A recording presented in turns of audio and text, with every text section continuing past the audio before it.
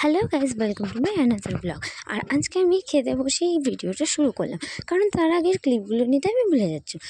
তো ফটাফট আমি জল গরম বসিয়ে দিয়েছিলাম, যেহেতু আমার একটু ঠান্ডা সকালবেলা বেশি পড়ছিল, আর এত ঠান্ডা জলে চান করলে আমার ঠান্ডা লেগেছে, তাই একটু জল বসিয়ে দিয়ে আমি এদিকে খেতে বসে গেলাম। তারপরে চান ধান করে এই যে আমি রেডি হয়ে গেছি এবং তারপরে বেরিয়ে পড়লাম আমার অফিসের জন্য। অ্যাকচুয়ালি অফিসের জন্য প্রথমে বেরোলাম, তারপরে আবার আমার বিকালে বিয়ে বাড়িতেও যাওয়ার আছে, তো একটু তাড়াহুড়ো করে বেরিয়ে পড়লাম। কাজও আছে অফিসে, যে অনেক। অফিসে পৌঁছে কম্পিউটারের সামনে বসে পড়লাম একটু কাজ করার জন্য। তো কম্পিউটারে কিছুটা কাজ করার পরে একটু ভিডিও শ্যুট করছিলাম এবং ছবিও তুলছিলাম। আর এদিকে স্যার আমাদেরকে বুঝিয়ে দিচ্ছিল কীভাবে আমরা কোন জিনিসটা বলবো। তারপরে কাবেরী আর আমি কিছু ছবি তুলবো দেখে আমাদের দুজন স্টাফকে সরিয়ে বললাম যে দাও, আমরা ল্যাপটপের উপরে ল্যাপটপের সাথে ছবি তুলবো। তারপরে আমি আর কাবেরী, প্রথমে কাবেরী তুললো, তারপর আমি তুললাম। তারপর স্যার এদিকে বসেছিল আমাদের পড়া ঠিক না, স্ক্রিপ্টটা ধরার জন্য। আর এদিকে আমি একটুখানি ভিডিও করছিলাম আর স্যারকে দেখে ভয় পেয়ে তারপরে আমি ভালো মজা লাগলে পরে কাজ করতেও ভালো লাগবে। এই সাইডে আসো, এই তাই তো বলে তো আসলে কাজটা আমরা ঠিকঠাক করবো। কাজের সময় কাজ আর মজার সময় মজা, এটাই আমার ভালো লাগছে। এই কাজটা আমি আর চেঞ্জ করবো না, সিরিয়াসলি বলছি।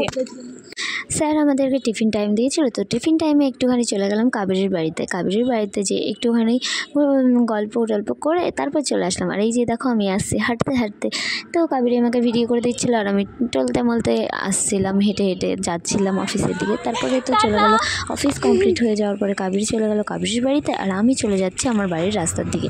আর আজকে প্রথমে বাড়ি যাওয়া হবে না, প্রথমে আমাকে যেতে হবে হলো পড়াতে।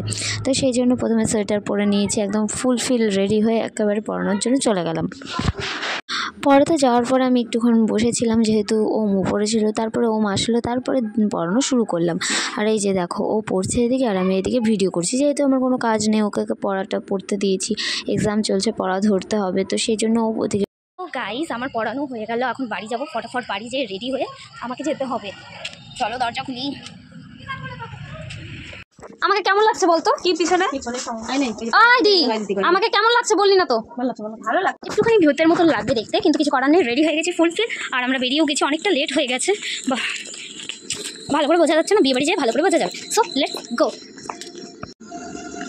টোটো সব বড়া আমাদেরকে নিবে না, আমাদের নেবে না। এমনিতে লেট হয়ে যাচ্ছিলো, তার মধ্যে অনেকক্ষণ ওয়েট করে টোটো পেয়েছিলাম, টোটোই পাচ্ছিলাম না, সবগুলোই ভরা ছিল। আর আজকে যেহেতু অনেকগুলো বিয়ের ডেট আছে, সেহেতু টোটো পাওয়াও মুশকিল হচ্ছিলো। তো ফাইনালি আমি পৌঁছে গেছি বিয়েবাড়ির সামনে, কিন্তু বিয়েবাড়ির সামনে দাঁড়িয়ে থাকতে হয়েছে অনেকক্ষণ, কারণ আমার বন্ধুরা বান্ধবীরা আসবে, তারপরে একসাথে যাব। আমি প্রায় 20 মিনিটের মতন দাঁড়িয়েছিলাম সবার জন্য, আর সবাই খুব লেটে এসেছে। তো এটা ছিল সুরজিতের বউ, আর এদিকে সুরজিতও আছে। তো ওরা এসছে প্রথমে, ওদের সাথেই তারপরে এন্ট্রি করলাম। আর এই যে আমার বন্ধু সুরজিৎ, তো দুজন খুব সুন্দর লাগছে দুজনকে। আর এদিকে আমরা দুজন ছিলাম, তো তারপরে ঢোকার জন্য আমরা রেডি, কিন্তু ওরা বলছিল যে আরেকটু ওয়েট কর, সবাই আসুক তারপরে একসাথে যাব। কিন্তু আমি বললাম না, চল আগে আমরা চলে যাই।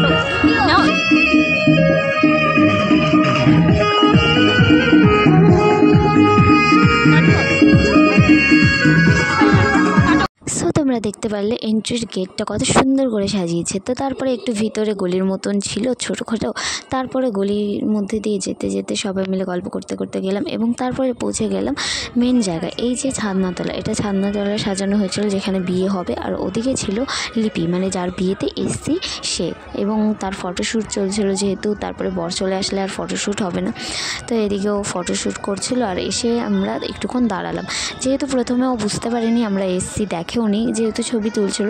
পরে ছবি তুলতে যখন দেখলো, তখন একসাথে যে ছবি তোলা হলো এবং আমি একটু হাই করে দিতে বললাম। তো দেখো কত কিউট লাগছে আমার ফ্রেন্ডকে দেখতে।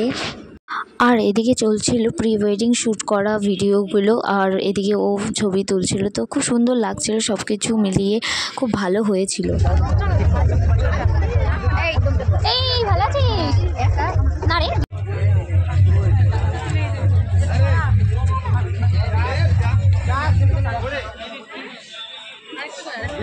সব বন্ধু বান্ধবীরা আসতে একটু লেট করছিল, তাই ভাবলাম যে যাই আমরা আগে আগে ফুচকাটা খেয়ে ফেলি।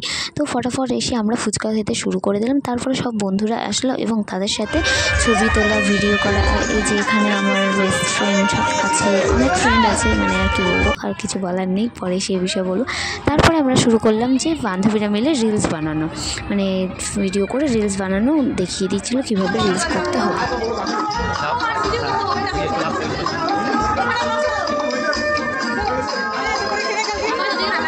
অনেকক্ষণ ঘোরাঘুরি করার পরে তারপরে চলে গেলাম আমরা খাওয়ার জায়গায়।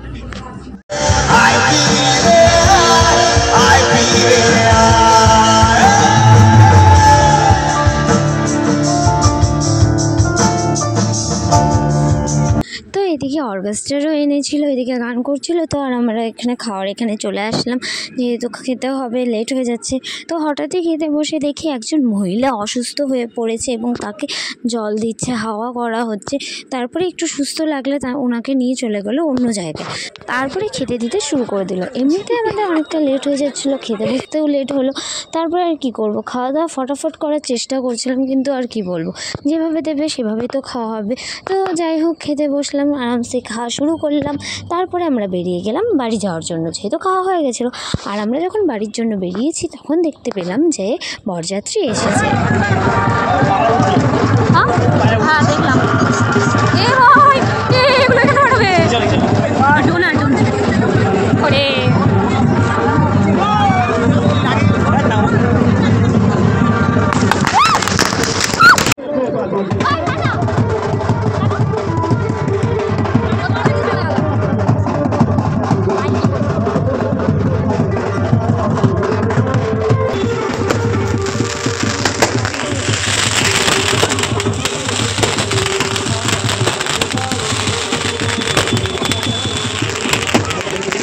এদিকে এত বাজি ফাটাচ্ছিল, আমরা তো প্রচণ্ড ভয় পেয়ে যাচ্ছিলাম। আর যেহেতু আমরা দুটো মেয়ে বাড়ি যাব, তাই আমি আমার একটা ফ্রেন্ডকে বললাম যাতে আমাদেরকে বাড়ি দিয়ে আসে, এবং ও বাইক বের করছিল। আর এদিকে দেখো কত পরিমাণে বাজি ফাটাচ্ছে। সুরজিৎ, জয়া, আমি, আমার দিদি আর ওই ফ্রেন্ডটা সবাই মিলে একসাথে যাচ্ছিলাম, মানে অভিজিৎ। তো অভিজিৎ আমাদেরকে বাড়ি দিয়ে আসছিল বাইকে করে, আর পেছনে সুরজিৎ আর জয়া ছিল। তো সবাই মিলে একসাথে আসলাম। তো এই যে পৌঁছে গেছি, আমরা নেমে হাঁটা শুরু করলাম বাড়ির জন্য। এবং বাড়িতে একটুখানি আমাদেরকে অনেকটাই এগিয়ে দিয়ে গেছে, কিন্তু একটুখানি হেঁটে আসতে হয় যেহেতু আমাদের, তো হেঁটে আসছিলাম। সো গাইস, আজকের মতো ভিডিও এতটুকুই, দেখাচ্ছে আবার নেক্সট ব্লগে। আর এখানে আমি বাড়ি এসে খুব ক্লান্ত হয়ে গেছি, দেখো। Bye bye.